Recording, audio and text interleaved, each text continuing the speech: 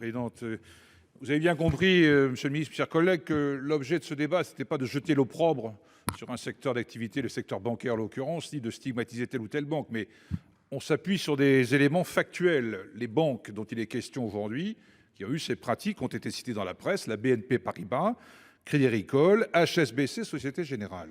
Ce ne sont pas n'importe quelles banques, elles font partie des 15 banques spécialistes en valeur du Trésor, la liste des SVT, validée par le ministre des Finances tous les 3 ans. Donc là, on est dans le cas 2022-2024. Ces banques, donc, ont pratiqué tout ce qui a été décrit par l'ensemble des interventions.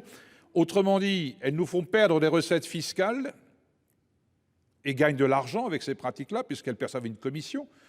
Et en aggravant les pertes fiscales, elles aggravent la dette. Et dans le même temps, ces banques sont chargées de gérer nos titres de dette sur les marchés financiers internationaux. Alors, j'ai sous les yeux le code de déontologie de l'agence France Trésor que ces banques s'engagent à respecter. Article 5. Le respect par les SVT des règles de bonne conduite et des pratiques professionnelles applicables à leurs activités sur les marchés de taux en Europe est pour l'agence France Trésor un élément important de la qualité du service qui lui est fourni. Article C4, sélection des SVT. Les SVT sont sélectionnés par le ministre chargé de l'économie. Article C5.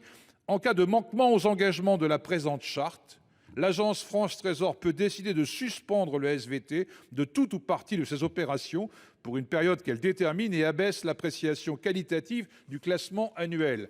Alors, une banque, Morgan Stanley, avait subi cette sanction administrative en 2020, si vous vous souvenez, monsieur le ministre.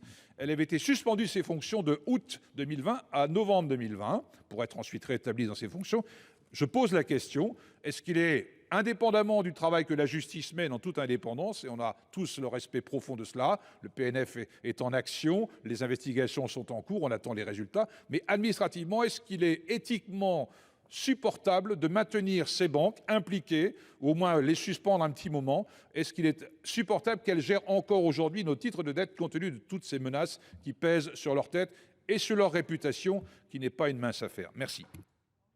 Merci, chers collègues.